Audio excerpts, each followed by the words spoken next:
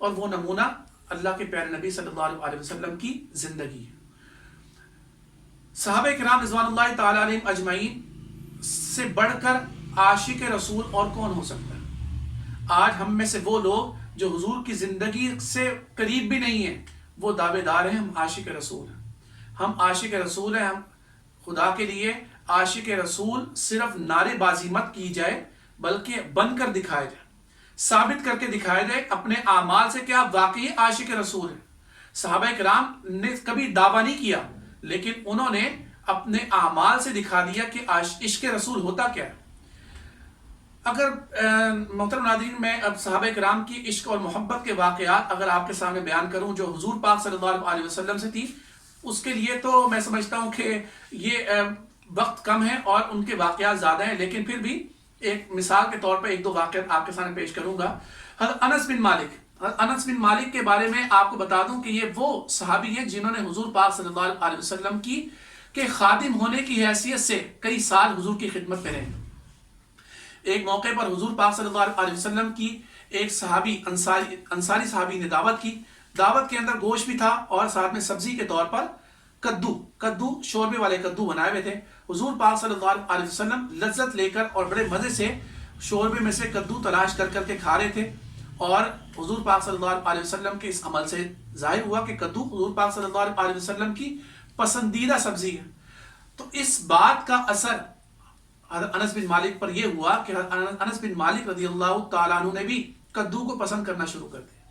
اور کہا کہ کدو یہ وہ سبزی جس کو حضور نے پسند کیا تو میں بھی اس کو پسند کرتا ہوں۔ حضور کے وصال کے بعد بھی حضرت انس بن مالک رضی اللہ تعالیٰ عنہ کو جب بصرہ کا گورنر مقرر کیا گیا اور ان کے حصے میں کوئی زمین آئی، اس زمین پر بھی انہوں نے کدو کی کاشت کی، اور یہ کدو کی کاشت کرنے کا مقصد کوئی بزنس نہیں تھا محترم ناظرین، کوئی پیسے کمانا نہیں چاہتے تھے۔ در حقیقت حضور سے محبت اور عشق کا عالم یہ تھا کہ جو جس چیز کو حضور نے پسند فرمایا میں بھی اس کو پسند کروں گا، جو کام حضور نے کیا میں بھی اس کو جو ہے وہ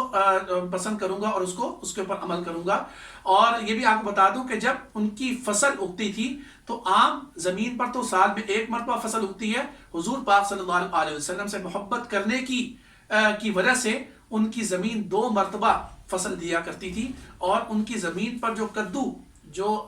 اگا کرتے تھے ان کا حجم اتنا بڑا ہوتا تھا کہ اس کو سواری پر لاد کر لے کے جانا پڑتا تھا۔ تو محترم ناظرین، یہ حضور صلی اللہ علیہ وسلم کی محبت کی برکتیں ہیں، یہ حضور پاک صلی اللہ علیہ وسلم سے عشق کی برکتیں ہیں۔ اور ایک اور واقعہ بھی آپ کے سامنے بیان کر دوں کہ ایک صحابی جن کا نام ہے حضرت عمر بن العاص، فاتح مصر کو فتح کیا انہوں نے، لیکن جب مصر کو پہلی مرتبہ فتح کرنے کے لیے نکلے تو ان کو شکست کا سامنا کرنا پڑا۔ لشکر کتنا ہے؟ 800 سپاہی ہیں، 800 کے قریب سپاہی ہیں اور ان کا لشکر ہے، اور اس لشکر کی اتنی بڑی تعداد کے باوجود وہ لشکر ہار گئے، اور ہار جانے کے بعد انہوں نے انالیسس کیا کہ ہماری طاقت بھی زیادہ ہے، ہمارے پاس اسلحے بھی زیادہ ہے، ہمارے پاس جنگی ساز و سامان بھی زیادہ ہے، اس کے باوجود ہم شکست کیسے کھا گئے؟ جب انالیسس کیا تو پتہ یہ چلا کہ ہم نے حضور پاک صلی اللہ علیہ وسلم کی ایک پاکیزہ مبارک سنت کو چھوڑا، اور اس کی وجہ سے اللہ رب العزت نے ہماری طاقت کو کم کر دیا، اور وہ سنت کیا تھی؟ مسواک۔ اور اس کے ساتھ ساتھ جو ہے ایک اور واقعہ حضرت عمر فاروق رضی اللہ تعالیٰ عنہ کا مشہور واقعہ ہے کہ جب وہ خانہ کعبہ کا طواف کر رہے تھے، اور خانہ کعبہ کا طواف کرنے کے دوران جنہوں نے ہم میں سے عمرہ اور حج کیا ہے وہ جانتے ہی ہیں کہ حجر اسود کا بوسہ لیا جاتا ہے، اور یا بوسہ نہ لے سکے تو استلام کیا جاتا ہے۔ تو عمر فاروق رضی اللہ تعالیٰ عنہ جب حجر اسود کے پاس پہنچے، بوسہ لینے لگے تو حجر اسود کو مخاطب کیا کہ میں تیرے اندر نہ کوئی نفع ہے نہ کوئی نقصان، میں تیرا بوسہ اس لیے لے رہا ہوں کیونکہ اللہ کے پیارے نبی صلی اللہ علیہ وسلم نے تیرا بوسہ لیا تھا، تجھے چوما تھا۔ تو محترم ناظرین، یہ دو تین واقعات آپ کے سامنے بیان کیے، ان کا مقصد حضور پاک صلی اللہ علیہ وسلم سے محبت اور عشق ہے، اور محبت اور عشق جو ہے وہ اعمال کے ذریعے ہم ثابت کر سکتے ہیں، ہم صرف دعووں کے ذریعے اور دنیاوی جو خواہشات کو پورا کر کے ہم حضور پاک صلی اللہ علیہ وسلم سے اپنے محبت اور عشق کو ثابت نہیں کر سکتے۔ تو خدا کے لیے ان فضول خرافات، فضول خرچیوں اور اپنے نفس کی خواہشات والے عمل کو ہم چھوڑ دیں، ہم ان اعمال کو اختیار کریں جو اعمال حقیقت میں حضور پاک صلی اللہ علیہ وسلم کی نگاہ میں اور اللہ کی نگاہ میں ہمیں محبوب بنانے والے ہیں۔ قرآن کی ایک اور آیت آپ کے سامنے بیان کر دوں، اس سے ہمیں واضح ہو جائے گا۔ فرمایا ان کنتم تحبون اللہ فاتبعونی، اگر تم اللہ سے محبت کرنا چاہتے ہو تو میری اطاعت کرو، میں اللہ تعالیٰ میری اطاعت کرنے کی برکت سے تمہیں اپنا محبوب بنا لے گا۔ اچھا جی، اب ذرا آج ہم اپنی سوچ کا زاویہ درست کر لیں کہ ہم آقا دو جہاں صلی اللہ علیہ وسلم اور حضور پاک صلی اللہ علیہ وسلم کی تعلیمات کو کیا ایک دن کے لیے اہمیت دیتے ہیں یا وہ اہمیت ساری زندگی کے لیے ہے؟ یعنی حضور پاک صلی اللہ علیہ وسلم پر درود بھیجنا ہے تو صرف 12 ربیع الاول ہے جی، حضور پاک صلی اللہ علیہ وسلم کے لیے اصال ثواب کرنا وہ بھی 12 ربیع الاول ہے، اور روزہ رکھنے کی جب بات آئے تو ہم نے جی 12 ربیع الاول ہی کو روزہ رکھنا ہے، اور جب 12 ربیع الاول کا دن آئے تو اس دن جی کاروبار کے معاملات جو ہیں وہ بالکل کرنا جائز نہیں ہے، حرام ہے۔ یہ ساری کی ساری باتیں من گھڑت ہیں، یہ ساری کی ساری باتیں بے بنیاد ہیں، سنی سنائی باتیں۔ ایک تو مسئلہ یہ آ گیا کہ ہم ہر سنی سنائی بات پر اس طرح 100% یقین کر لیتے ہیں جیسا کہ یہ قرآن کی آیت ہے یا کوئی حدیث ہے۔ تو خدا را اپنی سوچ کا زاویہ درست کیا جائے کہ ہمیں ان تمام چیزوں کو، جیسا کہ روزے کی بات آ گئی، روزہ رکھنا ثابت نہیں ہے، اگر کوئی روزہ رکھنا چاہتا ہے تو رکھ سکتا ہے۔ اس طریقے سے صرف 12 ربیع الاول ہی کے دن جو ہے وہ درود شریف پڑھنا، یہ نہیں ہے کہ اسی دن درود شریف پڑھا جائے، اس دن بھی پڑھا جائے اور ساری زندگی پڑھا جائے۔ درود شریف تو ایک ایسا عمل ہے جس کے بارے میں قرآن مجید میں اللہ فرماتے ہیں یا ایھا الذین آمنوا صلوا علیہ وسلموا تسلیما، اے ایمان والو تم بھی نبی کریم صلی اللہ علیہ وسلم پر درود و سلام بھیجا کرو۔ آخر میں ایک بات آپ کے سامنے بیان کرنا چاہوں گا، یہ سوشل میڈیا ہے نا، اس سوشل میڈیا نے جہاں پر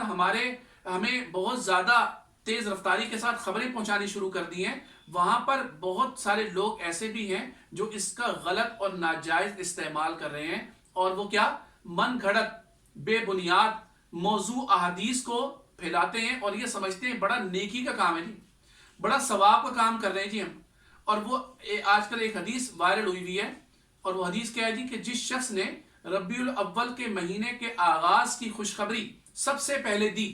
خدا نے اس کے اوپر جہنم کی آگ کو حرام کر دیا۔ خدا کے لیے اس طرح کی احادیث جن کا کوئی ثبوت ہی نہیں ہے، جن کا کوئی وجود ہی نہیں ہے، ان احادیث کو پھیلانے سے گریز کریں۔ اور یاد رہے حضور پاک صلی اللہ علیہ وسلم کی حدیث مبارکہ ہے، فرمایا جس نے میری جانب ایسی بات کو منسوب کیا جو میں نے کہی نہیں ہے، جو میں نے بیان ہی نہیں کی، تو وہ شخص اپنا ٹھکانہ دوزخ سمجھ لے۔ اللہ رب العزت سے دعا ہے کہ اللہ تعالیٰ مجھے، آپ کو، ہم سب کو ان جاہلانہ رسومات سے اور ان بے بنیاد جو ہے وہ نظریات ہیں، عقائد ہیں، ان سے بچائے، اور اللہ تعالیٰ ہمیں صراط مستقیم پر چلنے والا بنائے۔ وآخر دعوانا ان الحمد للہ رب العالمین۔